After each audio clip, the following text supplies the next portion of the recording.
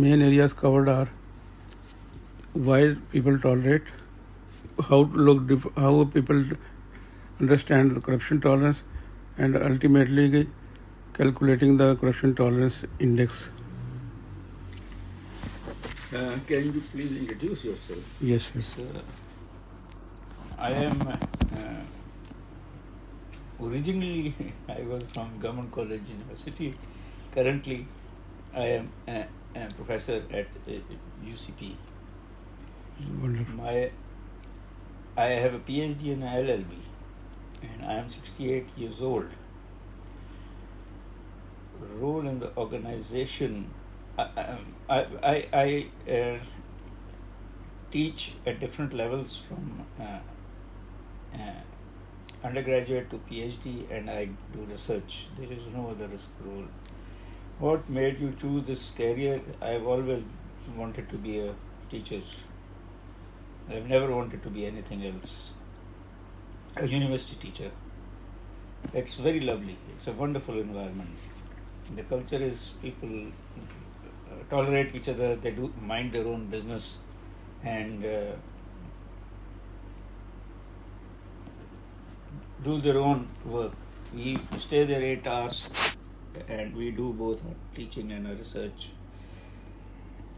Do I get along with my... yes, I don't disturb them, they don't disturb me. We all...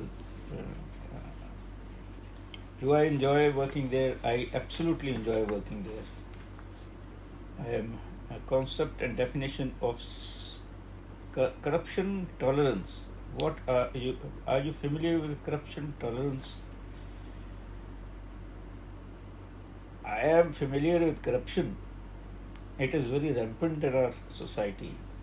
The question that is that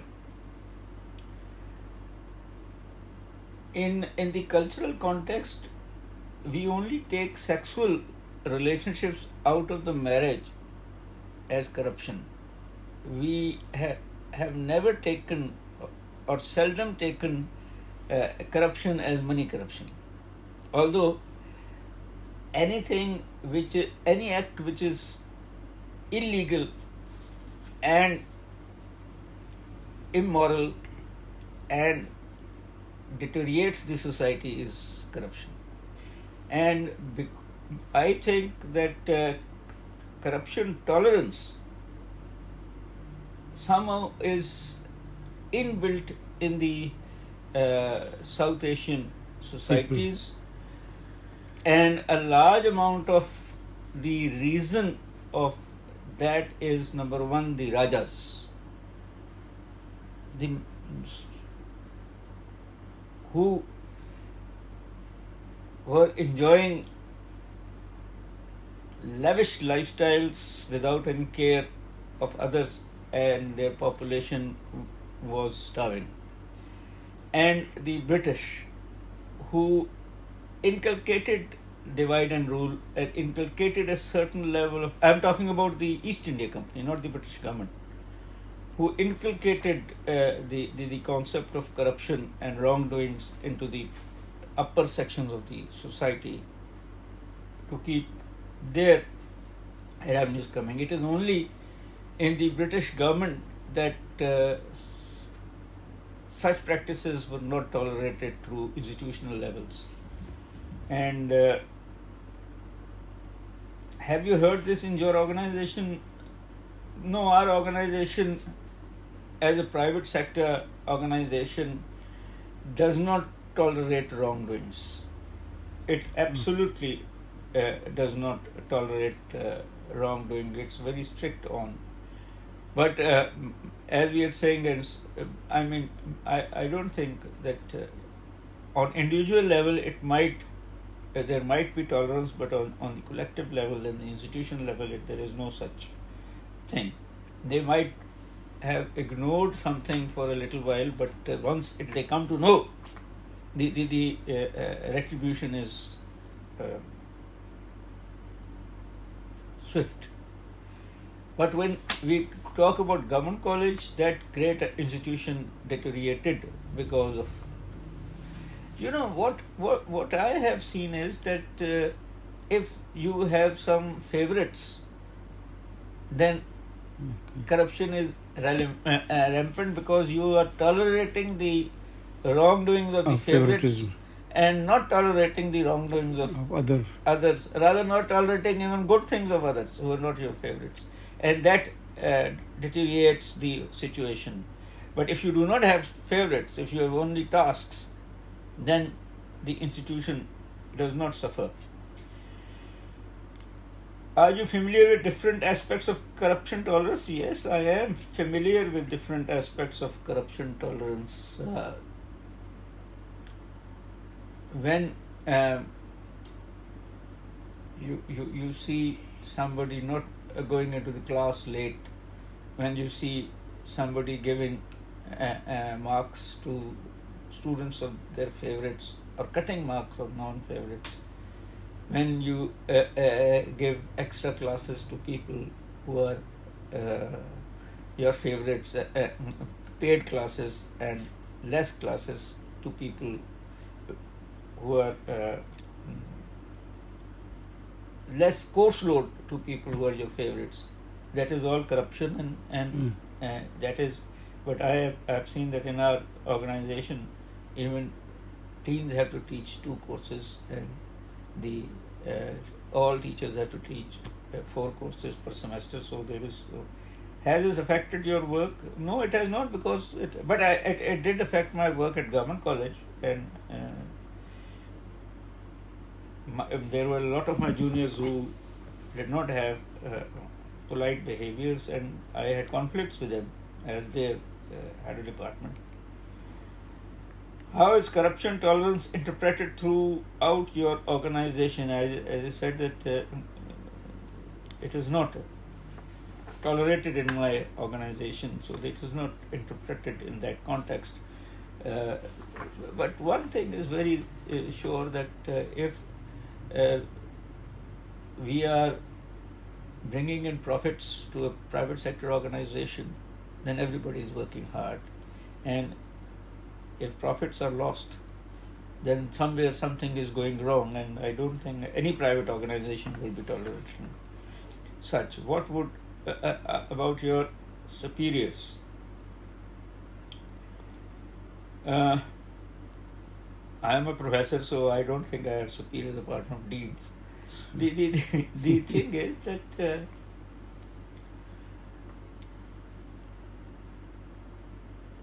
our deans are retired professors from public sector universities, and they are all names. They all are Good specialized people, good reputation, because of which they have been brought here as dean. There is no retirement policy, so they stay there. Except if we have in UCP a code of conduct, written code of conduct, how we behave with our students, how our students behave with their teachers, how our superiors behave with us, and how we behave with the superiors, and how all of us behave in that institution. The written codes, and anybody who complains against somebody else, as per the codes, there is an inquiry and the person is asked to leave, even if he is a favorite or a dean. So that once you have written codes of conduct, then the tolerance is not there for corruption. Then it is only there till such time it is reported. Once it is reported, then people go. Harassment is one of those issues.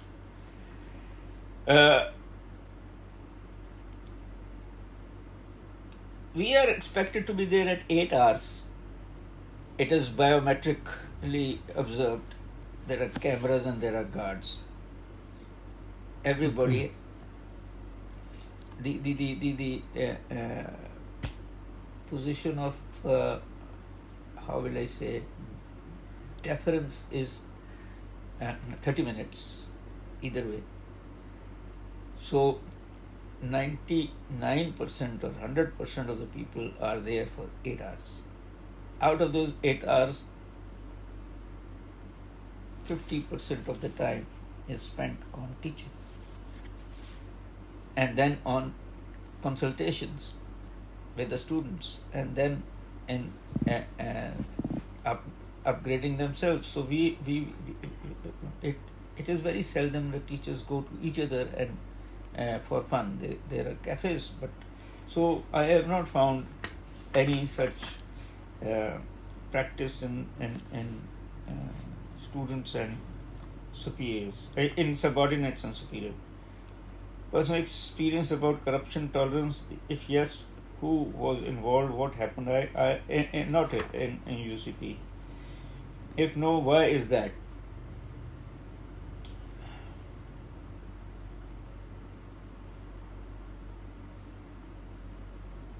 I have had no money dealings with anybody.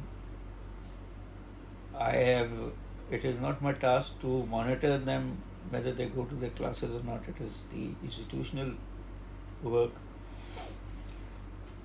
So, yes, at one time there was one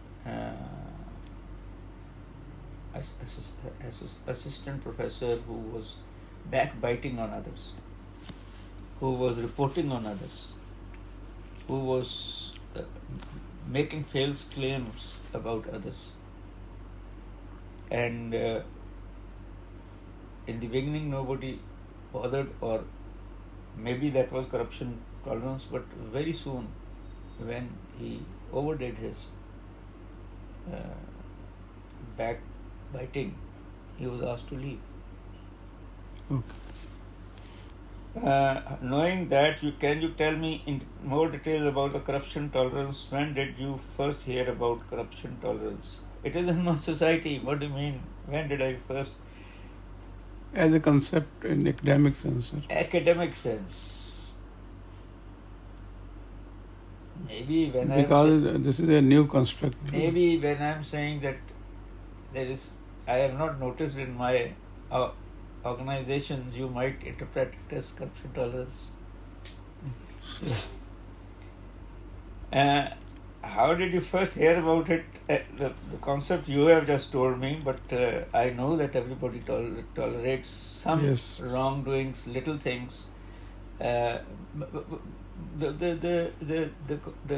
concept of concept tolerance comes into conflict with another concept of a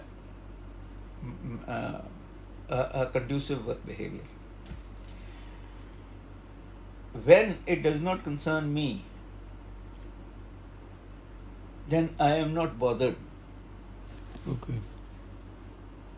The behavior of somebody else. When I am not asked to report on the behavior of somebody else, while it is the job of the administration, then I am not bothered whether somebody goes late to the class or somebody. I don't. So if I am not bothered, I don't monitor others, and maybe you can take it as tolerance. But when there are collective parties and we contribute 1,000 rupees to that, and when we think that the food was not as per the quality of 1,000 rupees, or the present given to whoever it was being given is not up to the quality of the money collected, then we know that there must have been some corruption. But we let go because there would be a conflict, and that conflict would lead to bad productivity, and maybe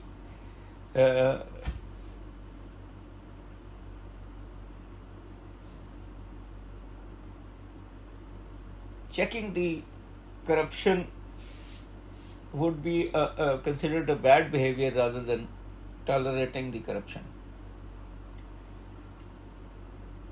So, do you have any other people who talk about it on behalf of the organization? Yes, I have found out people who do talk. I mean, my wife does. But I think that is, she also talks about things that, she's also in UCP. She talks about things which are not her business, and but she has always talked about seniors. She has never talked about juniors. How many times do you interact with them? I said she is my wife, so I interact with them every day. Reason of CT. What do you think? What are the causes of corruption tolerance? Your own job security is one cause. Not trying to balance to upset the boat is another cause. If you like somebody, you close an eye on their not very conducive behaviors. If you don't like somebody, you tell others, but you technically don't point out. But it is the job of the administration to not tolerate corruption. It is not the job of everybody in a private organization. In a public sector organization, I believe that everybody's job, because that is public money. Those students are to be taught in good behaviors, but yes, if you're talking about bad behaviors, then I have found out corrupt mindset of a large amount of my students. They come from households where there is a lot of money, and not necessarily that money is honest, and therefore their behaviors in exams, they use their mobile phones,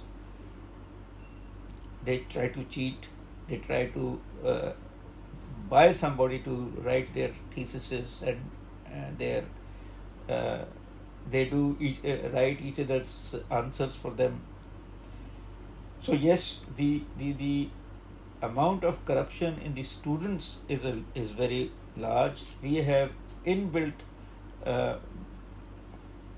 processes and mechanisms to check them, but rarely have we seen a student his when caught, his exam is cancelled, but rarely has somebody been rusticated because he's still giving a fees. So that is corruption tolerance, a large amount of corruption tolerance. But then there are teachers who are very strict and who do not let, through different mechanisms, do not tolerate these behaviors and report them. And then there's an inquiry, and then there is... so what is the role of behaviours?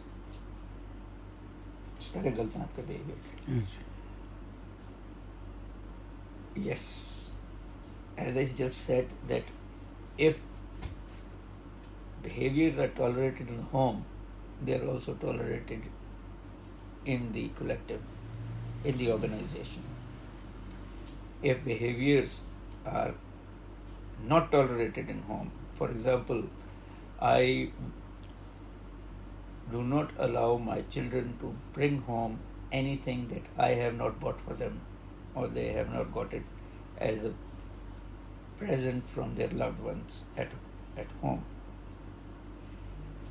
There have been rarely an occasion where they had something which I did not know about, and I asked them, "Oh, a friend of mine." I said, "No one will give you a present. I should know who gives you the present and why." Because when we grow up, sometimes presents become, in the name of presents, there are things or money which should not be given. So I do not teach my children, I don't teach myself of taking any presents from anybody apart from the family itself. And that is behavior, that goes towards. There was time when I was in government college, I did not tolerate such behaviors. There was a backlash. I had to leave. Okay. Today, the society is such that I at least teach my children to behave according to the laws and the rules and decent living, but I think I also tolerate them, teach them to tolerate other people's behaviors as long as they are not directly directed at them. So yes, I think we are all teaching each other's behavior to tolerate corruption. For example, the law says that you can give an application to the EPD for people polluting the environment. I see environment being polluted every day, and I have tolerated it. When in government college, I used to be very sure that my street is clean and my sewer is clean, and other such problems are not there today. I have learned to tolerate a lot of things, and yes, maybe others have done. And what is the role of religion? I am sorry to tell you, the large part of tolerance of corruption is our religion. We talk a lot about religion, but in practice, most of the times we do opposite to what religion says. Do not lie. Tell the truth or do not lie. We in this country we lie 90%. left and right. We are ready not to tell the truth or keep our mouth shut. Religion says be kind to people. We are kind to people who are richer than us. We are not kind to people who are poor. Religion says that do not sell substandard things. We mix a good and bad food and give it to us.